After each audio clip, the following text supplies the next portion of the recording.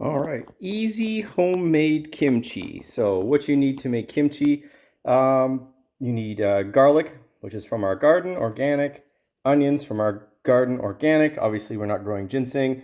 Napa cabbage, organic, with lots of holes that the bugs ate, and some carrots. You're also going to need salt, sugar, a little bit, and which we didn't have as well is a Korean red pepper powder, which is basically a mild hot pepper that's ground up for some heat.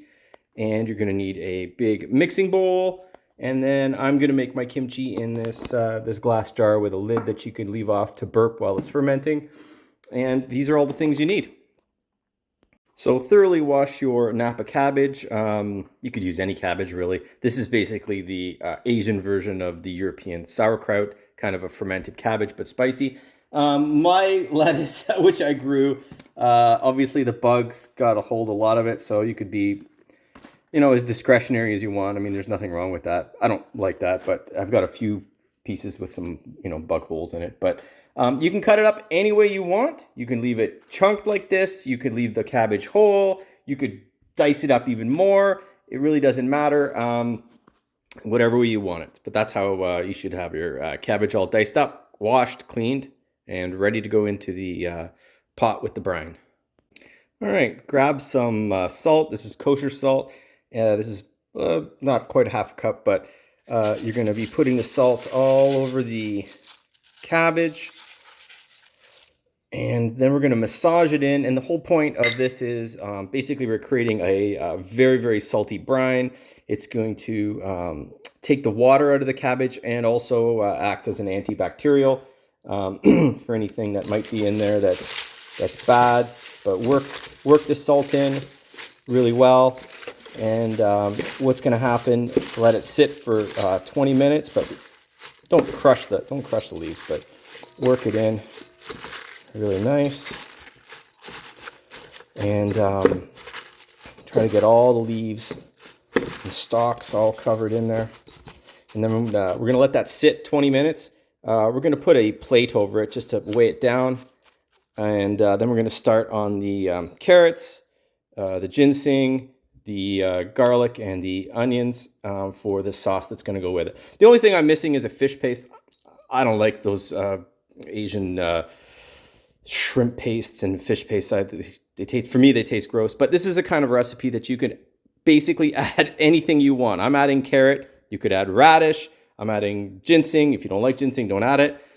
Garlic, onions, however garlicky you want it, however spicy you want it, it's fine. There's no rules. So same with quantities. You could, if you wanted more oniony or more carroty or more cabbagey, as long as you've brined this correctly and get all the water out of it, it'll be good to go. All right, so we've got some carrots in the bowl ready. This is the amount of ginseng I'm putting in for this small batch. The cabbage is pressed down. It's starting to let the salt work. Give it like 20 minutes, and then what we're going to do is we're going to top this bowl up with some water, and then we're going to place the bowl on top to hold it under the water.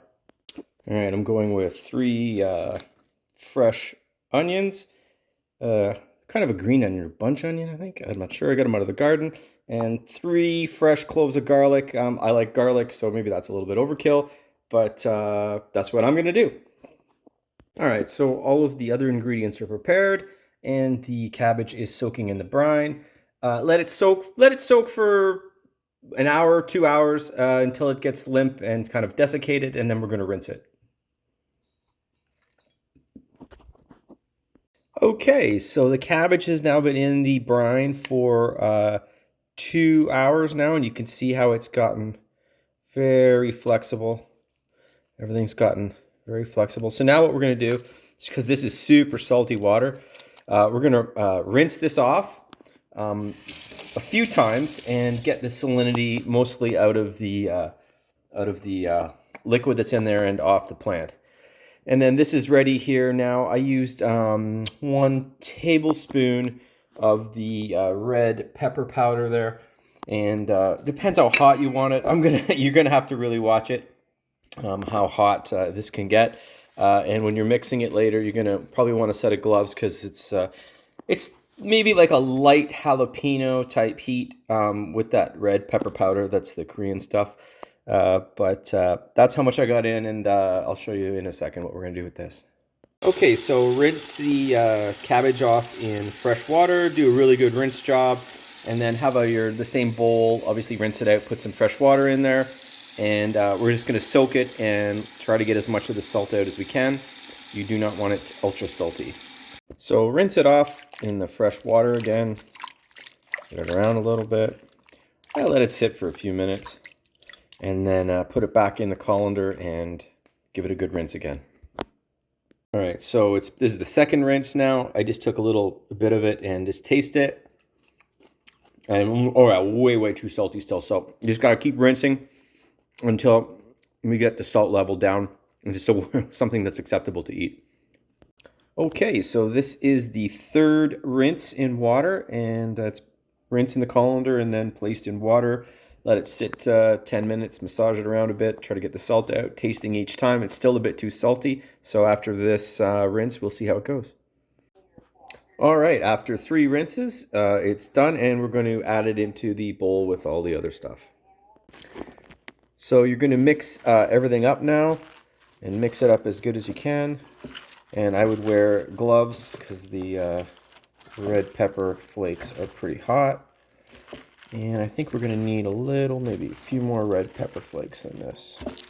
Get all the garlic and onions and everything mixed in there. Ooh, quite a fumes coming off there too.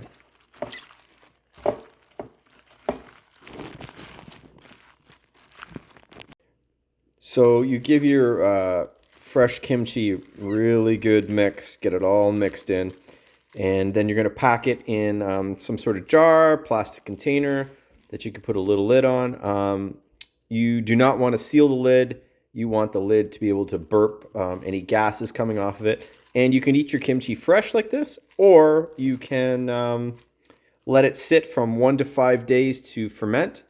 And then it will get the sour kimchi taste that it's known for. All right, so it's all packed in the jar, and you can see the brine level. If you don't have enough brine level that's come out of the cabbage and stuff, you can just add a little bit of water, depending on if you put fish paste in or not. And you could press this down. You can see it looks pretty red. You let it sit here for a little bit. You want the brine over all of the vegetables at the end of the day, and if not, put a little bit more water in there if your vegetables aren't leaching out enough liquid. And again, 1 to 5 days, have a taste. It should be bubbling and gurgling, and as it goes, do not put a sealed lid on it. Just let the I guess it's CO2 that would be coming out of it. Let it escape.